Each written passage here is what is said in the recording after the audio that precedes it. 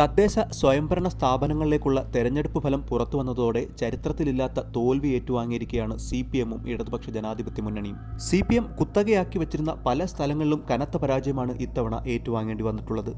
45 വർഷക്കാലമായി ഭരണത്തിലിരുന്ന CPM-നെ തള്ളിപ്പുറത്താക്കി UDF കൊല്ലം കോർപ്പറേഷന്റെ ഭരണം ഇത്തവണ പിടിച്ചെടുത്തിരിക്കുകയാണ്. നമുക്കറിയാം, കേരളത്തിലെ CPM-ന്റെ ഏറ്റവും വലിയ ചെങ്കോട്ട കണ്ണൂരാണ് എന്ന് കണക്കാക്കപ്പെടുന്നുണ്ടെങ്കിലും ഇലക്ഷൻ റിസൾട്ടുകൾ വെച്ച് പരിശോധിക്കുമ്പോൾ കേരളത്തിലെ ഏറ്റവും വലിയ CPM കുത്തക ജില്ല എന്ന് പറയുന്നത് കൊല്ലം തന്നെയാണെന്ന് നമുക്ക് പറയേണ്ടി വരും. 2016 നിയമസഭാ തെരഞ്ഞെടുപ്പിൽ 11-ൽ 11-ഉം 2021-ൽ 11-ൽ 9-ഉം ഇടതുപക്ഷ സ്ഥാനാർത്ഥികളാണ് കൊല്ലത്തു നിന്നും ജയിച്ചു കയറിയത്. ഇത്തവണ ജില്ലാ പഞ്ചായത്ത് ഭരണം നേടിയതൊഴിച്ചാൽ കോർപ്പറേഷൻ വാർഡുകളിലും മൊത്തം പഞ്ചായത്തുകളുടെ എണ്ണത്തിലുമൊക്കെ വലിയ തിരിച്ചടി ഏറ്റുവാങ്ങേണ്ടി വന്നിട്ടുണ്ട് CPM-ന്. ഈ പരാജയം ഇനി വരാൻ പോകുന്ന കേരള രാഷ്ട്രീയത്തിന്റെ ഒരു പ്രതിഫലനമാണോ അതോ ഇത് CPM-നുള്ള മരണമണിയാണോ? നമുക്ക് പരിശോധിക്കാം ഈ വീഡിയോയിലൂടെ. Welcome to fact and fun club. തിരുവനന്തപുരവും കൊച്ചിയും കോഴിക്കോടും കഴിഞ്ഞാൽ കേരളത്തിലെ ഏറ്റവും വലിയ വ്യവസായ നഗരമാണ് കൊല്ലം. അറബിക്കടലും അഷ്ടമുടിക്കായലുമൊക്കെ അതിർത്തി പങ്കിടുന്ന നഗരത്തിന്റെ പ്രധാന വരുമാന സ്രോതസ്സുകൾ പരമ്പരാഗത കുടിൽ വ്യവസായം, മത്സ്യബന്ധനം, കശുവണ്ടി മേഖല, ടൂറിസം എന്നിവയൊക്കെയാണ്. എന്നാൽ കശുവണ്ടി മേഖല അതിന്റെ ചരിത്രത്തിൽ തന്നെ ഏറ്റവും വലിയ തകർച്ചയാണ് ഇപ്പോൾ നേരിട്ടുകൊണ്ടിരിക്കുന്നത്. ലോകം മുഴുവൻ പേരുകേട്ട കൊല്ലത്തിന്റെ കശുവണ്ടി പെരുമയ്ക്ക് വലിയ ഇടിവാണ് കഴിഞ്ഞ കാലങ്ങളിൽ സംഭവിച്ചുകൊണ്ടിരിക്കുന്നത്. ഏറെക്കാലമായി പ്രവർത്തിച്ചു വന്നിരുന്ന പല കശുവണ്ടി ഫാക്ടറികളും വർഷങ്ങളായി അടഞ്ഞുകിടക്കുകയാണ് ജില്ലയിൽ. ഈ ഫാക്ടറികളിൽ പണിയെടുത്തിരുന്ന പാവപ്പെട്ട സ്ത്രീജനങ്ങളും മറ്റു ജോലിക്കാരുമൊക്കെ രോഗദുരിതങ്ങളും തൊഴിലില്ലായ്മയും കടുത്ത ദാരിദ്ര്യവുമൊക്കെയായി വലിയ പീഡകൾ അനുഭവിക്കുകയാണ്. അടഞ്ഞുകിടക്കുന്ന ഫാക്ടറികൾ തുറന്ന് പ്രവർത്തിപ്പിക്കുവാനോ ഈ തൊഴിലാളികളെ പുനരധിവസിപ്പിക്കുവാനോ വേണ്ട നടപടികൾ കൃത്യമായി കൈക്കൊള്ളുവാൻ സർക്കാരിന് കഴിഞ്ഞിട്ടില്ല. ഇത് മാത്രമല്ല, പല കമ്പനി മുതലാളിമാരിൽ നിന്നും തൊഴിലാളികൾക്ക് കിട്ടേണ്ടിയിരുന്ന ആനുകൂല്യങ്ങൾ നേടിയെടുക്കുവാൻ പാർട്ടി ഒപ്പമുണ്ടായിരുന്നോ എന്നും ചിന്തിക്കേണ്ടിയിരിക്കുന്നു. ഇത്തരത്തിൽ എല്ലാ കാലവും CPM-ന്റെ ജില്ലയിലെ വോട്ട് ബാങ്ക് എന്ന് പറയുന്നത് കർഷകരും തൊഴിലാളി വർഗവും പിന്നോക്ക ദളിത് വിഭാഗവുമായിരുന്നു. എന്നാൽ ഈ വോട്ട് ബാങ്കിൽ കനത്ത വിള്ളലാണ് ഇത്തവണ വീണിരിക്കുന്നതെന്ന് നമുക്ക് മനസ്സിലാക്കുവാൻ കഴിയും. ഇത്തരത്തിൽ കശുവണ്ടി തൊഴിലാളികളെ പോലെ തന്നെ ജില്ലയിലെ പരമ്പരാഗത മത്സ്യത്തൊഴിലാളികൾ അനുഭവിക്കുന്ന കഷ്ടപ്പാടുകൾ പറയുകയേ വേണ്ട. കോസ്റ്റൽ റെഗുലേഷൻ സോണുകളുടെ നിർണയത്തോടെ മത്സ്യബന്ധനം അനുവദനീയമായ മേഖലകളിൽ ഉണ്ടായിരിക്കുന്ന കുറവ് ഈ മത്സ്യത്തൊഴിലാളികളുടെ വരുമാനത്തിൽ വലിയ കുറവാണുണ്ടാക്കിയിരിക്കുന്നത്. കൂടാതെ മത്സ്യബന്ധനം മേഖലയിലേക്ക് വൻകിട കുത്തക കമ്പനികൾ കൂടി എത്തിയതോടെ ഈ മത്സ്യത്തൊഴിലാളികളുടെ ജീവിതം തീർത്തും വഴിമുട്ടിയിരിക്കുകയാണ്. ഉൾക്കടലിൽ വലിയ അപകടങ്ങൾ നേരിടുമ്പോഴും ട്രോളിംഗ് സമയത്തും അതുപോലെ തന്നെ കാലാവസ്ഥ പ്രതികൂലമായിരിക്കുന്ന സാഹചര്യങ്ങളിലുമൊക്കെ ഇവർക്കൊപ്പം നിലകൊള്ളുവാൻ പലപ്പോഴും സർക്കാരിനും CPM-നും കഴിഞ്ഞിട്ടില്ല. തീരദേശ മേഖലയുടെ ഭൂരിഭാഗവും ഉൾക്കൊള്ളുന്ന കൊല്ലം നിയോജക മണ്ഡലത്തെ പ്രതിനിധീകരിക്കുന്ന മുകേഷ് MLA ഇവരുടെ പ്രശ്നങ്ങളിൽ ഇടപെടുന്നതിൽ പലപ്പോഴും വൻ പരാജയമായിരുന്നു. ഇങ്ങനെയുള്ള മുകേഷിനെ തന്നെ ലോക്സഭാ തെരഞ്ഞെടുപ്പിലും സ്ഥാനാർത്ഥിയായി കെട്ടിയിറക്കിയത് CPM-ന്റെ ആനമണ്ടത്തരവും ഇതുപോലെയുള്ള തൊഴിലാളികളോടുള്ള വെല്ലുവിളിയുമായിട്ടേ കാണാൻ കഴിയൂ. ജില്ലയിൽ അനേകായിരം സ്ത്രീജനങ്ങൾ പണിയെടുക്കുന്ന മഹാത്മാഗാന്ധി തൊഴിലുറപ്പ് പദ്ധതിയുടെ വേതനം പലതവണ മുടങ്ങിയതും അതോടൊപ്പം പരാതി ബോധ്യപ്പെടുത്തുവാനെത്തിയ തൊഴിലുറപ്പ് തൊഴിലാളികളെ മുൻ മേയറായിരുന്ന പ്രസന്ന ഏണസ്റ്റിന്റെ നേതൃത്വത്തിൽ പോലീസിനെ ഉപയോഗിച്ച് അടിച്ചമർത്തിയതും തൊഴിലാളി പാർട്ടിക്കുമേൽ വീണ വലിയ കരുനിഴലായി മാറി. വികസന പ്രവർത്തനങ്ങളുടെ കാര്യങ്ങളിലേക്ക് വരുമ്പോൾ വലിയ വികസന മുരടിപ്പ് തന്നെയാണ് കൊല്ലം ജില്ലയിൽ അങ്ങോളം ഇങ്ങോളമുള്ളത്. മികച്ച റോഡുകൾ നിർമ്മിക്കുവാനോ ഉള്ള റോഡുകളുടെ വീതി കൂട്ടി ഗതാഗത സൗകര്യങ്ങൾ വർദ്ധിപ്പിക്കുവാനോ ഒരിക്കൽ പോലും ഇടതുമുന്നണി സർക്കാരുകൾക്ക് കഴിഞ്ഞിട്ടില്ല. ഗതാഗത കുരുക്ക് കൊണ്ട് വീർപ്പുമുട്ടുന്ന കൊല്ലം നഗരത്തിന്റെ മുഖച്ഛായ മാറ്റുന്നതിനാവശ്യമായ ദീർഘവീക്ഷണത്തോടെയുള്ള നടപടികൾ കൈക്കൊള്ളുന്നതിൽ മാറി മാറി വന്ന ഇടത് സർക്കാരുകൾ പലപ്പോഴും വലിയ പരാജയമായിരുന്നു. സ്വന്തമായൊരു ബസ് സ്റ്റേഷൻ പോലുമില്ലാത്ത ശോചനീയ അവസ്ഥയാണ് കൊല്ലം നഗരത്തിന് പറയാനുള്ളത്. നിരംപ്രതി നൂറുകണക്കിന് വാഹനങ്ങൾ വന്നു പോകുന്ന കൊല്ലം KSRTC ഡിപ്പോയുടെ പൊളിഞ്ഞു വീഴാറായ പഴയ കെട്ടിടം പൊളിച്ചുമാറ്റി പുതിയ നിർമ്മാണ പ്രവർത്തനങ്ങൾ ആരംഭിച്ചെങ്കിലും എങ്ങുമെങ്ങും എത്താത്ത അവസ്ഥയിലാണ് നിലവിൽ അതുള്ളത്.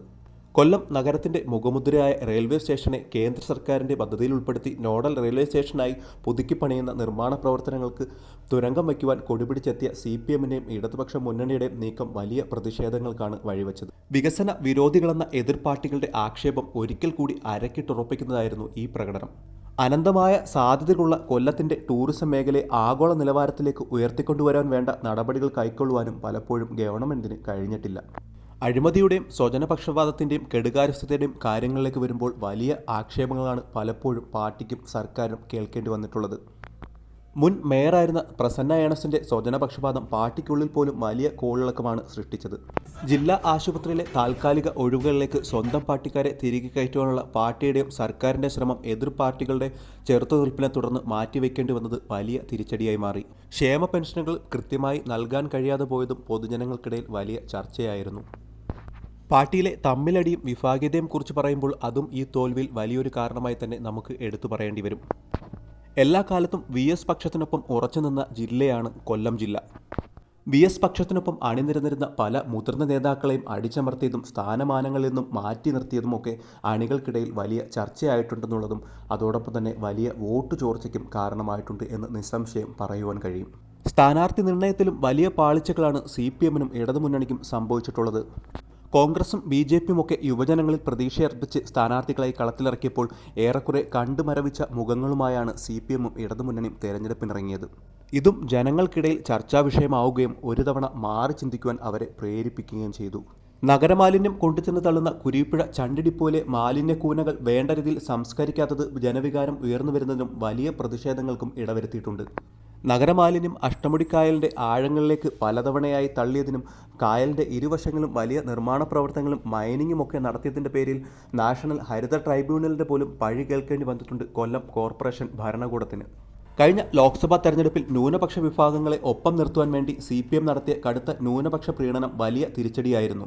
എക്കാലവും പാർട്ടിക്കൊപ്പം അണിനിരന്നിരുന്ന വിശ്വാസികളായ ഹിന്ദുക്കളുടെ വോട്ട്, പ്രത്യേകിച്ചും ഈഴവരുടെ വോട്ട് പാർട്ടിയിൽ നിന്നും അകന്നു പോകുന്നതിന് ഇത് കാരണമായി. ഇത്തരത്തിൽ നഷ്ടപ്പെട്ട ഈഴവ വോട്ടുകൾ തിരികെ കൊണ്ടുവരാൻ വേണ്ടി വെള്ളാപ്പള്ളി നടേശനെ കൂട്ടുപിടിച്ച് മുഖ്യമന്ത്രി പിണറായി വിജയൻ നടത്തിയ ശ്രമവും വലിയ തിരിച്ചടിയായി മാറിയിട്ടുണ്ട്. ന്യൂനപക്ഷ വോട്ടുകൾ വിഭജിച്ചു പോകുവാൻ വെള്ളാപ്പള്ളിയുമൊത്തുള്ള ഈ മൃദു വർഗീയ കൂട്ടുകെട്ട് വഴിവെച്ചു. അവസാനമായി കേരളം മുഴുവൻ അലയടിച്ച കടുത്ത ഭരണവിരുദ്ധ വികാരവും പാർട്ടിക്ക് ജില്ലയിൽ അടിതെറ്റുന്നതിൻ്റെ വലിയ കാരണമായി മാറിയിട്ടുണ്ട്. കാലാകാലങ്ങളായി CPMും ഇടതുമുന്നണിയുമൊക്കെ കൈവശം വച്ചിരുന്ന പല വാർഡുകളിലും തോറ്റതിൻ്റെയും അതോടൊപ്പം മേയർ സ്ഥാനാർത്ഥിയും മുൻ മേയറുമൊക്കെ തോറ്റുമടങ്ങിയതിൻ്റെ പ്രധാന കാരണങ്ങൾ ഇവയൊക്കെയാണ്. ഒരു വിളിപ്പാടകല നിൽക്കുന്ന നിയമസഭാ തെരഞ്ഞെടുപ്പിൽ വീണ്ടും അധികാരത്തിലെത്തണമെങ്കിൽ CPMനും ഇടതുപക്ഷ മുന്നണിക്കും ജില്ലയിൽ മികച്ച പ്രകടനം ആവർത്തിച്ചേ മതിയാകൂ. ഇനി ഈ തെരഞ്ഞെടുപ്പ് ഫലം നോക്കിക്കാണുന്ന നമ്മളെല്ലാവർക്കും മനസ്സിലായ ഒരു കാര്യം കൂടിയുണ്ട് CPMൻ്റെ ഈ വലിയ തോൽവിക്ക്. അത് BJPയുടെയും NDAയുടെയും തേരോട്ടമാണ് ജില്ലയിലെ. തിരുവനന്തപുരം കോർപ്പറേഷനിലൊക്കെ നമ്മൾ കണ്ടതുപോലെ കൊല്ലം കോർപ്പറേഷൻ്റെ നഗരപരിധിയിൽ വലിയ മുന്നേറ്റമാണ് BJPക്കും NDAയ്ക്കും നേടാനായിട്ടുള്ളത്. ഒരു തവണ BJP CPMനേക്കാളും സീറ്റുകളിൽ ലീഡ് ചെയ്ത് 2ാം സ്ഥാനത്തായിരുന്നു എന്നുകൂടി നമ്മൾ ഓർക്കണം. കഴിഞ്ഞ തവണ നേടിയ 6 സീറ്റ് ഇരട്ടിയാക്കിക്കൊണ്ട് 12 സീറ്റുകൾ നേടി CPMൻ്റെ തൊട്ടുപുറകിൽ തന്നെയുണ്ട് BJP. ഇങ്ങനെയാണ് കാര്യങ്ങൾ മുന്നോട്ട് പോകുന്നതെങ്കിൽ വരാൻ പോകുന്ന തെരഞ്ഞെടുപ്പുകളിൽ കൊല്ലം കോർപ്പറേഷനും BJP ഭരിക്കുന്ന കാലം വിദൂരമല്ല എന്ന് തന്നെ നമുക്ക് പറയേണ്ടി വരും.